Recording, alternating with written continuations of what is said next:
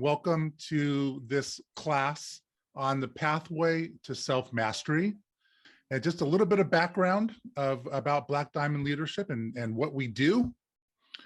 At the top level, we work with companies to improve performance and engagement.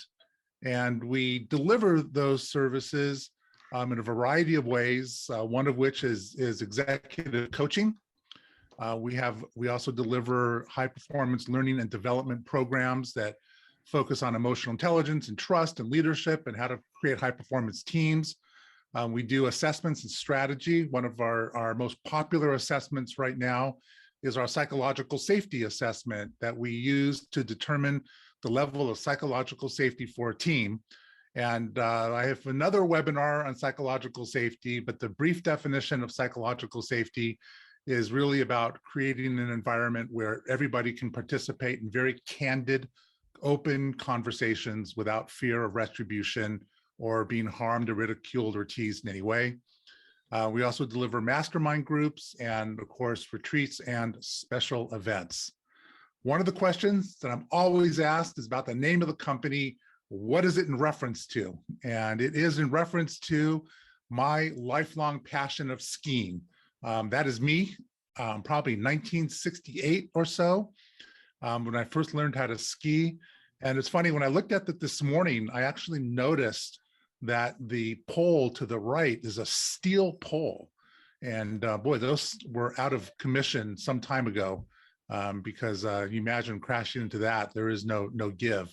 One of my dreams when I was a kid was to be a ski patroller. And in 1983, 84, after taking an EMT class for another purpose, I joined the ski patrol in Big Bear, where I served for about 18 years. And here's a picture of my team, my patrol team. This was taken some time ago, and that's me in the lower right-hand corner. And this was the patrol that I led for 15 years. I was one of 4 leaders on this patrol. And it was a very significant time in my life because it really helped me master leadership and building high performance teams in an environment where we didn't know what was going to happen next. So it was probably, it was one of the best times of my life was being on that ski patrol. So what does it all mean? Why are we here today? Well, we're going to be talking a little bit more about how to achieve a culture of high performance. And of course, on the left side of the pyramid, we have high performance leadership. We know we need to develop leaders to be able to create an environment of high performance, but there's really 4 critical components to high performance. And that first component is self-mastery, which is what we're going to be talking about today. So until we develop the self-mastery of leaders and teams and talent in an organization, where they have the ability to manage their emotions, especially when under stress, it'd be very hard to really develop people and how to engage in solid interpersonal communications. Because of course, in the communication process, I'm sending, you're receiving, you're interpreting my message, I'm interpreting your message, and how I view that message and how I interpret that message or how I allow that communication to impact me will determine whether or not I can create an environment of trust. And so the third component of a high performance organization is a high level of trust, or what we call the trust factor, which is a focus on interpersonal trust between team members. The fourth component of high performance is accountability. And yes, we are talking about accountability of doing what you say you did when you said you were going to do it by, but actually in this reference, we're talking about behavior, above the line behavior, meaning behavior that's acceptable in your organization based on your culture, and behavior which is not acceptable, or what we would call below the line behavior. And with that accountability, we actually develop people to help each other really maintain above the line behavior by understanding how to communicate with people that are delivering or behaving below the line.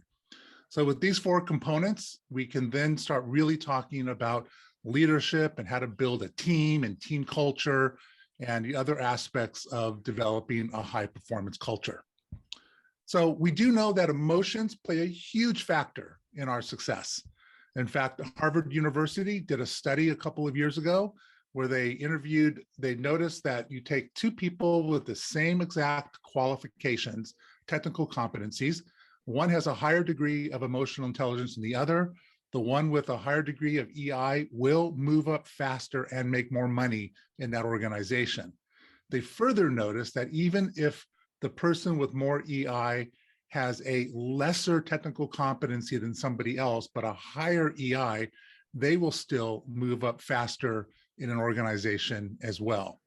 And there's studies based on this. And there's a study of a manufacturing plant who received, sorry, I got to move some stuff out of the way here. So there's a study about how supervisors in a manufacturing plant received training in emotional competencies. And what they found in this study was that it reduced accidents by 50%. Formal grievances went down as well in the company, and they exceeded their productivity goals by $250,000 based on a percentage. So it was a very successful case study. In other words, they increased it by 2%. So that's why developing leaders and team members and managing their emotions is so very important. Let's talk about a practical definition of emotional intelligence. Now, this workshop's on self-mastery, but the most core component of self-mastery first begins with managing our emotions.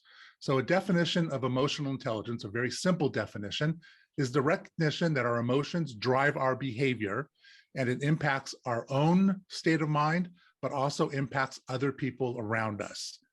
Then engaging our rational brain to make sense of our emotions before we respond in a way that we may regret down the line. So when we look at self-mastery and emotional intelligence, we look at it in four distinct competencies, domains and competencies. First is self-awareness, and this is where the emotional intelligence comes into play. Then there's self-management, controlling your emotions, being adaptive in various environments, regardless of what's going on around you. You have an orientation towards achievement, and you have a positive outlook on life and on business. On your social awareness, this is where empathy comes into place. When COVID hit, and I was doing a lot of programs with managers about how to manage their team members during COVID, the one thing we really focused on was empathy. You know, why? Because people were all of a sudden thrown into an environment that they really were not accustomed to. You know, perhaps both spouses working from home, kids working from home. And so as a manager, what we discussed a lot was, you know, you don't have to solve their problems, but to have empathy about their problems goes a long way. And that's also leads to organizational awareness. And then there's relationship management. So when you get to the highest level of self-mastery, you have the ability to influence other people, coach and mentor your peers and subordinates, get involved with conflict management and how to resolve it successfully, actually increase teamwork and the effectiveness of your teams. And that's when you also can become an inspirational leader. So I'm going to pause for a moment and just say that if you have any questions at all, you can raise your hand. You can also say, hey, Robert, I got a question. Okay, so don't worry about interrupting me if you have a question about what we're talking about. So when we look at the pathway to self-mastery, we break it down into 8 distinct steps. The first step is understanding the integrity model, and we're going to go through these steps. So an integrity model is a model that allows us to see how above the line behavior or positive behavior helps us in self-mastery and growth versus survival or below the line behavior leads us down a pathway that we're not going to grow. And in fact, we'll probably continue to set up upsetting moments. Conquer your key moments is the second step. This is when we understand that we receive a communication or a situation, it triggers an emotional response. And what do we do with that? How do we manage those emotions in a positive way? Embracing reality is step number 3. Step number 4 is exercising responsibility. Step number 5, clarifying your vision about who you are and how you want to live. Step 6, is define your purpose. Act with integrity is step 7. And finally, value who you are is step 8. So let's dive into step number 1, and we're going to call this the integrity model. And it's where we start when we start a self-mastery program, we start defining what the integrity model is. And the integrity model is also part of our paradigm, which we're going to discuss in just a moment here. So here is the integrity model. You notice in the middle, in a big red bar, key moment, right? That's all the work that we do is based on our key moments and in transcending our key moments and thereby continually improving ourselves and self-mastery and growth. On the right side, where it says pathway of survival, when we experience a key moment, remember a key moment is a communication or event that demands a response. If we lack purpose and vision, if we react from fear, if we resist reality and disown responsibility, that's when we're heading down the pathway of survival. Very little opportunity for growth, very little opportunity to be a high performance leader. And if more and more people are on that pathway of survival, the culture of your organization will suffer greatly. On the other side, the pathway to self-mastery, we want to clarify our vision and purpose. We want to act with integrity and we want to embrace reality, actually what it is right now, and exercise responsibility. So a large part of how we manage our key moments will determine our level of self-mastery, our success in life, but even more so, it's going to determine our happiness in life. When I started doing this work probably 15 years ago, I used to get mad a lot. When I was in traffic, I'd bang on the steering wheel, I'd lose my cool.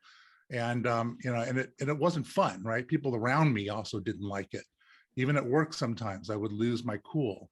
As I began to study emotional intelligence and managing and mastering my emotions, I became a happier person. My relationships improved dramatically. My effectiveness as a leader skyrocketed. My ability to create teams was greatly enhanced. And near and dear to me, my relationship with my children also improved dramatically just by improving my self-mastery. So when we look at self-mastery, we also look at paradigms, how we view the world. We have to accept that we don't see the world as it is, but we see rather for what we are looking for. So it's very similar to if you ever had this experience when you're thinking about buying a new car and you go into the car dealership and you see a red Porsche or whatever car you're looking for, and you'd swear you've never seen this on the street before, but all of a sudden they're popping up everywhere. You see the same car everywhere. And that is because now you've changed your paradigm and you're actually looking for that particular car. So if you're looking to be offended, if you're looking to embrace things in a negative way, then you're going to experience that more and more in your lives.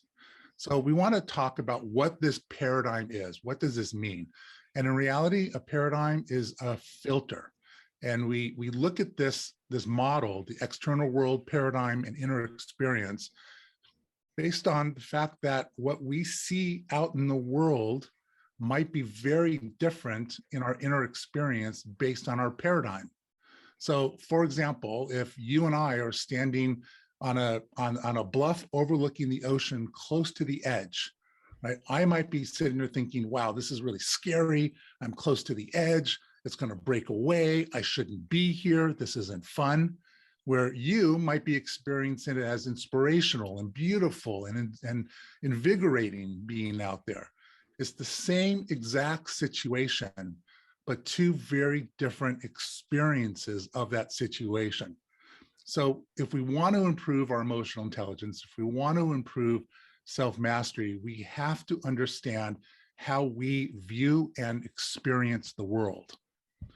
Now, in the work that I do, we look at 4 core paradigms, and at any given time, we're experiencing the world through one or more of these paradigms. Let's take a look at those paradigms. Number 1 at the bottom, we have fear. In fear, we feel powerless. We don't like what's going on. We are reactive rather than proactive. We blame others rather than assuming responsibility in our lives. We seek to escape situations, and in general, we experience life as a hassle. As we move up the paradigm, we come to duty. The duty paradigm is that we have control over our lives by conforming to what others expect. We believe that we are good and honorable people. We build security, we submit to the rules, and we avoid problems with others. Then we have achievement. Achievement is life is good. Life is great as long as we're performing well. We seek importance and meaning through our achievements, how we look. We project an aura of competent and together to other people, and we're productive and goal-oriented people and competitive. And then the top of the 4 paradigms is integrity. Integrity, we have the experience, the feeling of being alive and happy. We unconditionally accept what is in our lives. We accept reality of our lives. We recognize that we have numerous choices in situations, that it's not just one way or the other in many situations. We can see in the gray area, if you will. We believe in ourselves and we care about others. So the important thing to understand before we move forward is we have, again, the external world, and something happens, and we experience this through one of these 4 paradigms or more than one to determine what our inner experience is. Our paradigms are made up of our core beliefs. They're made up of the way that we were raised, of our religion, what country we're from, what school we went to. All these different aspects make up our core beliefs.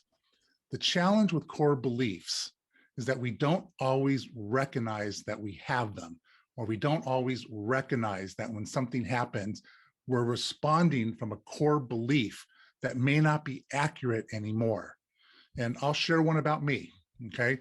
I grew up with a sister who convinced me from day one that I was found in the trash and that I wasn't wanted. Well, I believed it. And I believed it so much that when I was, I don't know, probably 10 or 12, I broke into my mom's desk drawer to look for my birth certificate. And when I looked at it, I studied it.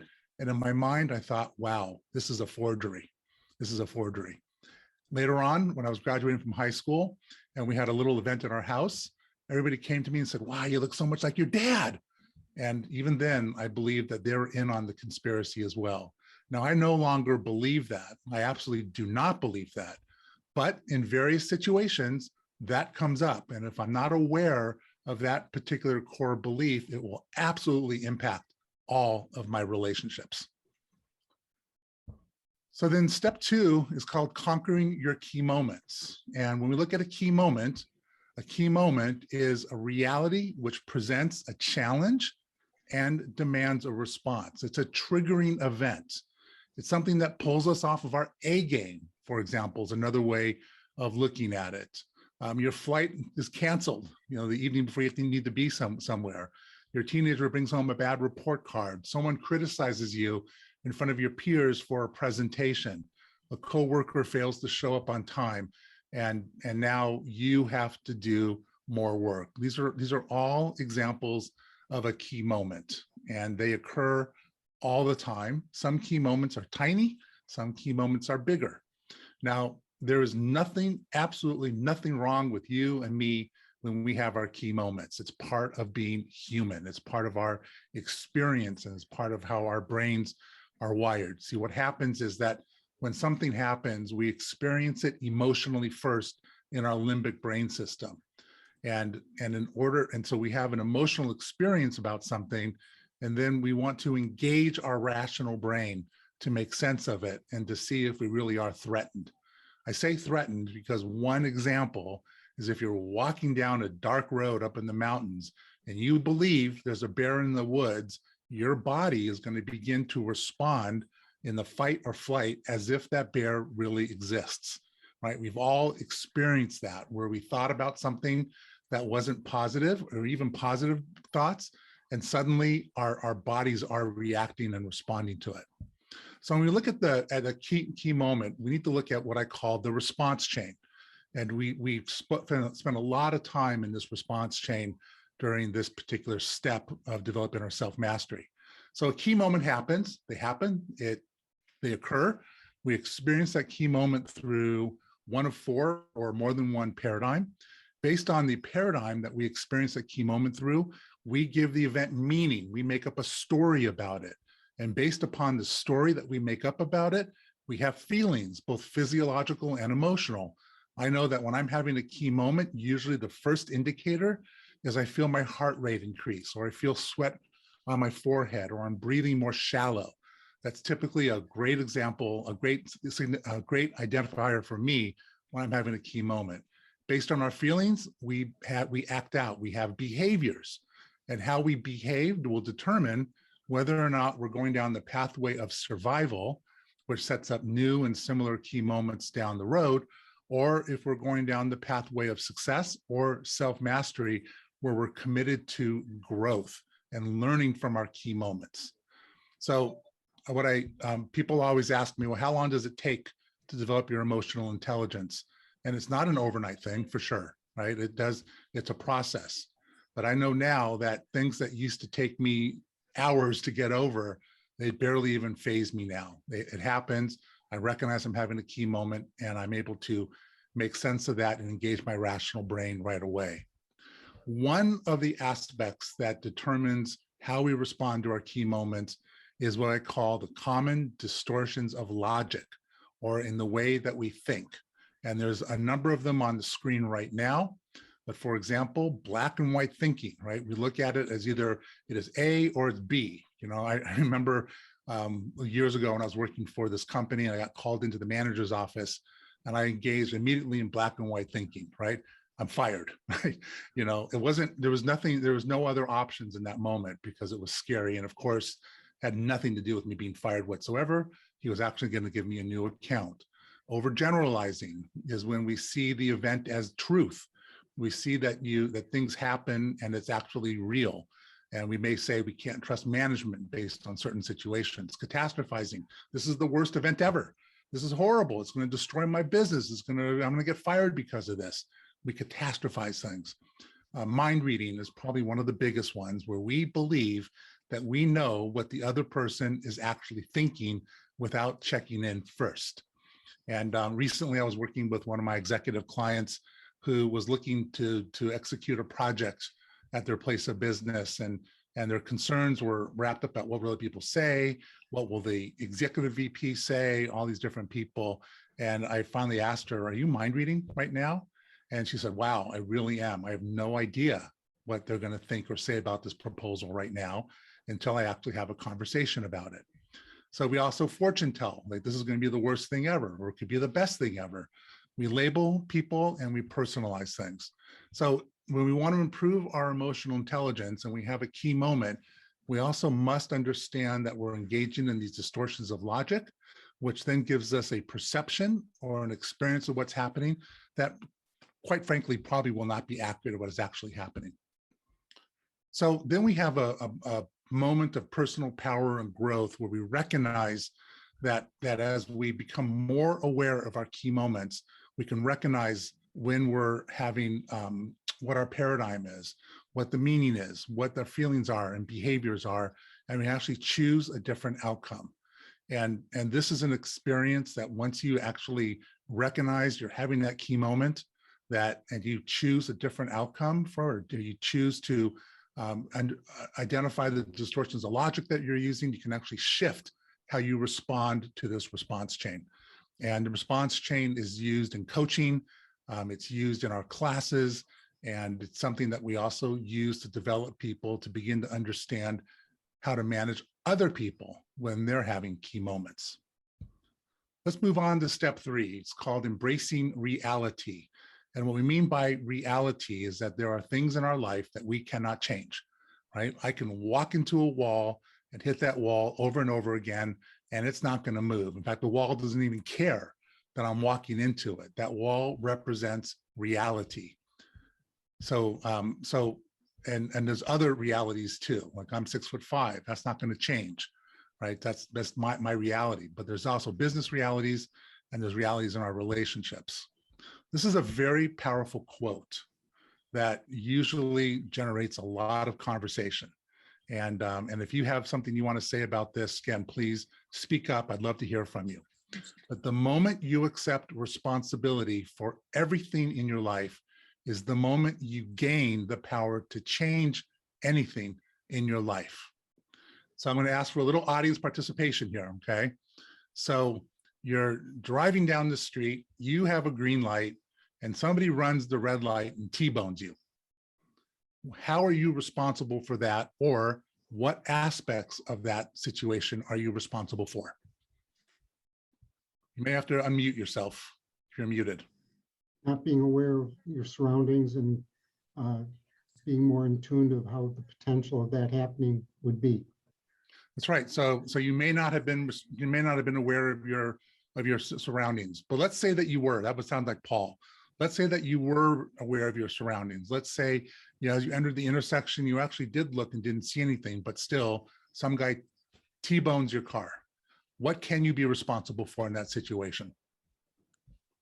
My actions and reactions. Exactly. So the car T-boning you represents a key moment, right? And the emotional intelligence represents how you respond to that situation, how you react to that situation. And in large part, the way we respond to our key moments, the way we embrace or don't embrace reality will determine how happy we are and how successful we are in life. So what is the nature of reality? Well, the nature of reality, as I mentioned before, it exists independently of our judgments about it. It doesn't care whether we notice it or not. And when we align reality with what's going on, when we're aligned with reality, what we experience is more inner peace, empowerment, and when you resist reality, you're really becoming a circumstance of life. You're a victim of life. There's a great story about reality. It's called the story of a Navy vessel. A sea captain stood on the bridge of the newest battleship on the oceans. He saw a light approaching dead ahead. He seemed to be on a collision course.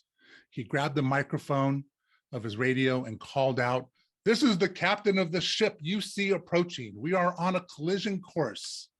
I order you to turn 15 degrees to port." In a few moments, the voice came back over the radio, "Captain, I order you to turn 15 degrees to starboard." The captain was incensed. He grabbed the microphone and ordered again, "I am a captain.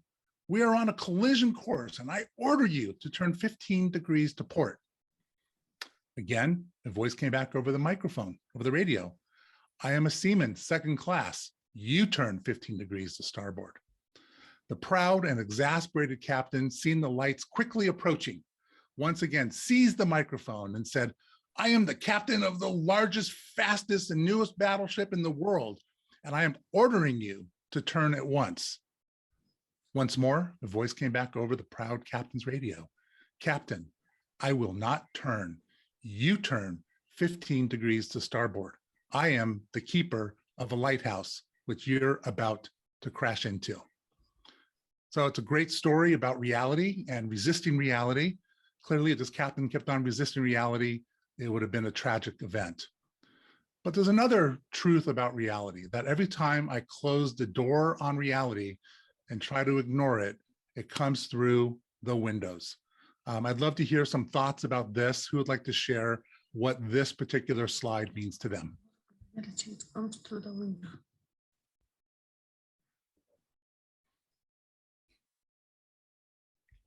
Anybody? I'm going to start off by saying that closing the door on reality is a false statement. You are not closing the door, you are closing your eyes. Absolutely. Perfect. And when you do that, somehow it seems to come back in again, right? So if you resist it, there's a great quote. I don't know whoever said it, but whatever you resist persists. And if you resist reality, the things that you don't like in your life will continue to persist. It was like when COVID hit, and there were some businesses that resisted reality. They just thought things would be normal. Things would go back to where they were really quickly. They didn't plan. They didn't look for options. They resisted it. And a lot of those businesses, not all for this reason, but many of those businesses don't exist anymore because they just ignored the reality of what was going on. If you resist or ignore reality, it doesn't mean that you're not going to suffer the consequences of reality. In healthcare, there are lots of stories of patients in the end stage of COVID that were still denying that they had COVID, and they still perished from the disease. So it's not wise to ignore reality. Yeah, and it doesn't work in a business environment, it doesn't work in a home environment, doesn't really work in our communities to ignore reality. Let's move on to step number 4, which is exercising responsibility. And in this area, we start to learn about what is personal responsibility and how we avoid taking responsibility for yourself and situations around us. So really, we need to look at how do we claim ownership for the results in our life, whether they're positive or negative. If we ignore the negative, it'll continue to persist. If we address the negative, then we can transform it. We can move it forward. We can get it complete. And there's a tremendous amount of freedom and power when you begin to exercise responsibility over your entire life. There's a great song. You might recognize this character on the screen. And one of the quotes from this song is, "Every hand's a winner and every hand's a loser. And the most you can hope for is to die in your sleep." What do you think he meant by this?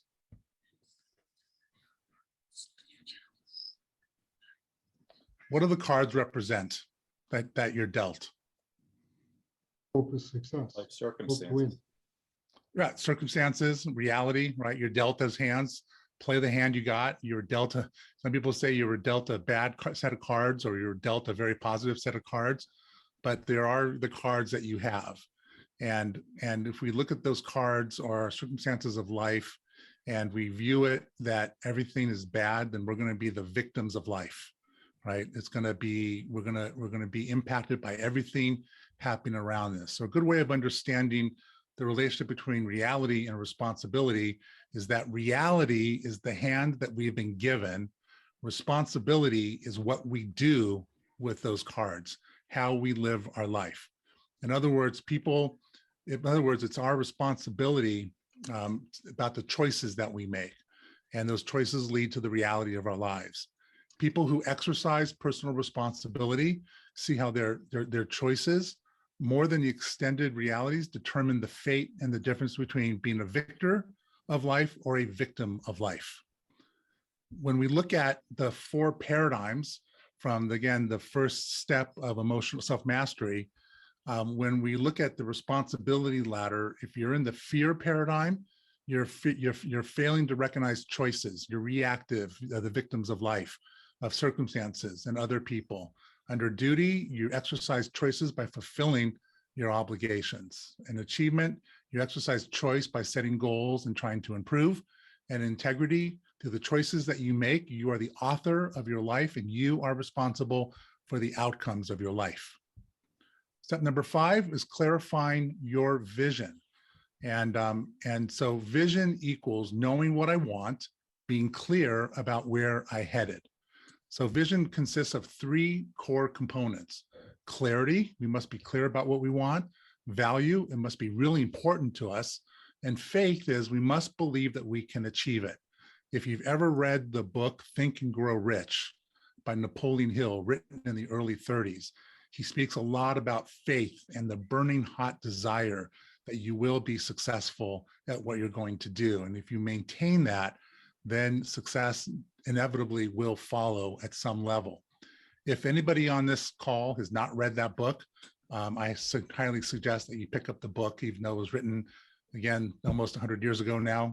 It is still probably one of the most relevant business books out there. When we look at the 4 attitudes towards vision based on the paradigms, when you're in the fear paradigm, you lack long-term vision and you're seeking quick gratification. Under duty, you play it safe and follow the lead of others. In achievement, you set goals to accumulate and achieve. And integrity, you live for a purpose larger than myself. An example of this is, I know that when I was very young, I made a decision that no matter what I did in my life, that my number one purpose was to impact others in a positive way. Everybody, from somebody that I casually just met on the street, to a server in a restaurant, to people in business and my family. I always want to try to leave people a little better off, and that does inform how I respond in my key moments. You know, there's a lot of reasons why we fail to live from vision, and we meander through life rather than being clear. So without that vision in our lives, you just don't know where you're going, right? Any path will get you where you want to go if you don't know where you're going. So it's important to create that vision about your life and what you want to achieve and who you want to be in the world. Step 6 is defining your purpose, right? So under defining your purpose, we go back to vision. There's 3 levels of vision. Number 1 is the level of having, or let's start with the top one, being. Being comes when you clarify your purpose and your guiding principles. Having and doing are the tangible, observable aspects or results of being. Being, on the other hand, is an internal and therefore not directly observable, right? So you can't really tell what my being is, but you can tell what my actions are and what I do. Having and doing are methods of achieving our being vision, right? So think about this for yourself. What is the inner experience of a person? What inner experience is a person having by buying a new home? What are they looking for in terms of their having? And what they're looking for is the security, the comfort, and the prestige. If your inner experience, a person who might goes out and buys a new sports car, right? They're looking for excitement, prestige, and youthfulness. So think for a moment, we're not going to share right now, but think for a moment about your 3 levels of vision: your being, your doing, and your having. Now, like companies, people also have purposes, have a purpose statement. And in this step, we go through and identify what your purpose statement is for your life. So a personal purpose is a belief statement that describes the reason you exist and how you see yourself contributing to the world. So in what I've been doing for the last 10 or 15 years, what I see my contribution to the world is that if I can help create more positive work relationships, improve customer service, improve leadership and teamwork, that has a ripple effect well beyond the walls of an office. It impacts our communities, impacts our families, it impacts so many different aspects of our lives. Now, I mean, I've been in situations before. Most recently, I was flying home from Detroit last week, and a flight of mine got delayed. And because of that delay, I missed a connection flight. And because I missed my connection flight, I missed a very important meeting the next day where I was going to be the main speaker. And I didn't make it. Well, during this situation, it was very challenging. I was having multiple key moments, but I kept on going back to my purpose statement of leaving people better off. So when you look at a purpose statement, it's actually something you never really achieve. It's kind of like going west all the time, right? You can always go west more until you wrap around the world, but you're still going west. So you don't want to say, okay, well, I've achieved my purpose, I'm done, right? Then you want to create a new purpose, a purpose that is even more compelling for you, right? So a purpose statement, you never actually complete your purpose statement. You're constantly elevating that purpose statement. And really what we're looking at is how can you live life on purpose, right? So at each moment, you can identify whether you're living your life on purpose or not. You can evaluate whether your actions and decisions are aligned with your purpose statement. So going back to the situation in the airport, if I just tore into the customer service representative, that would have not, number one, it would not have left that person better off. And number two, it would have had a really big impact on me. And so in that situation, I chose to be as calm as possible. I chose to manage my key moments and actually enroll this person to help me in a kind, positive way. That doesn't happen a lot out there in the world. And oftentimes there are additional benefits to doing that. One time I was traveling, everybody was yelling at the ticket agents. I chose not to. I chose to actually have empathy for the person across the counter. And before I knew it, she put me on the flight that I was already scheduled on, but upgraded me to first class. And that's not why I do what I do, but that's an outcome. That's how rare it is that people interact with other people, even in work, from their purpose statements.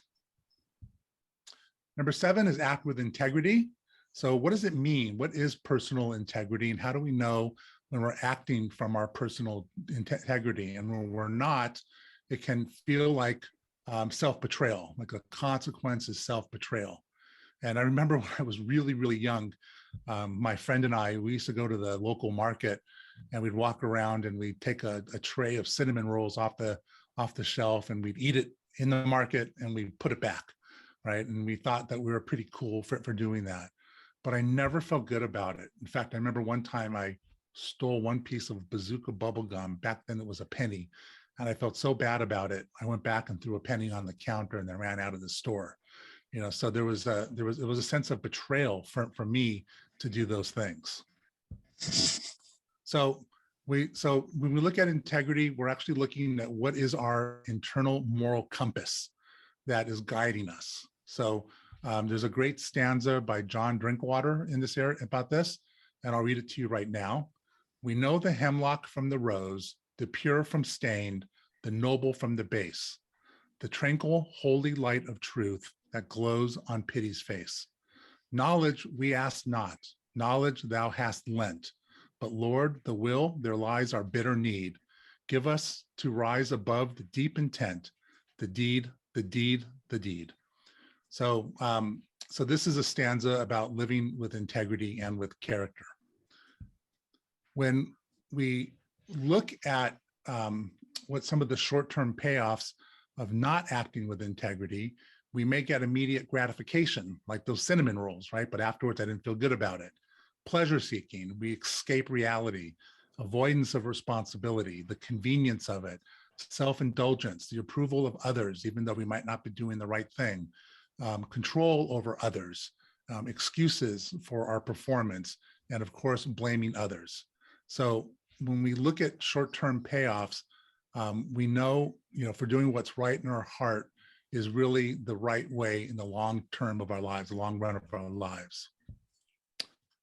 Acts of integrity are feeling, when you feel discouraged about a project that you choose to act from trust and confidence, losing and not publicly making excuses about it, messing something up and being 100% accountable for it, refusing to give in to gossip even when you've been maligned, and seeing others as human, not better or lesser than I. So these are various acts of integrity and how you deal in particular situations. Now, there are fruits of integrity. Number one is you feel good about yourself, right? You feel good about your circumstances. You feel unity with others. You have that sense of belonging, of a greater purpose, and you grow in character. And when we talk about all the work we're doing, it's all about growth, all about personal growth and becoming more emotionally intelligent to be able to lead people more effectively. The final step is valuing who you are. And this is where we start looking into self-esteem. And when we look at self-esteem, we're actually looking at it on two different levels. The worthiness, I deserve to be happy and successful, and competence, I'm capable of success and handling life's challenges. So people with high self-esteem believe they deserve to be happy and are capable of handling life's challenges and still succeeding. People with low self-esteem feel bad about themselves and are unable, are unsure about themselves, or unhappy, and that they don't believe that they actually possess the competency and the ability to really be a winner in life. So I noticed that we're at 7:47, so I'm going to jump ahead to the last two slides. So when we look at changing, at transformation, at improving our emotional intelligence, we first need to seek the paradigm that we're operating from, identify them, identify some of the core beliefs that created that paradigm, and then we can begin to change the things in our lives. Another truth, though, is you cannot solve your problems when living from the same paradigm that created them. So if you evaluate your life, you take inventory of your challenges and you look at those, then you see that there are things that you did or created or responded out of the fear paradigm. You can't stay in the fear paradigm to solve that or to move forward. You can't even see that there's something outside of you in that moment, that you can be responsible for what's going on. So it's important to always look at those paradigms and identify the core beliefs that are impacting us and be aware. And that is the first step to self-mastery, is awareness. The more you recognize your key moments, the more you recognize how you respond to your key moments, the more you think about your paradigms and some of the core beliefs that have created those paradigms, then you can begin to improve your emotional intelligence and self-mastery. So this is the conclusion of this webinar. We ran a little bit over. I'd like to invite those who are interested in hearing about some opportunities to work on your own self-mastery and emotional intelligence to please stay on the call. If you're not interested in learning about that, you're welcome to stay, or you're welcome to exit the call at this point. I will be sending out an email later on today with a recording of this presentation, as well as the different opportunities that I'm going to share with you right now. So again, if you're not interested in learning how to improve your self-mastery, thank you so much for attending this. I really do hope that you took away some value from this, and keep your eyes out, because we're going to be offering more programs like this in the future.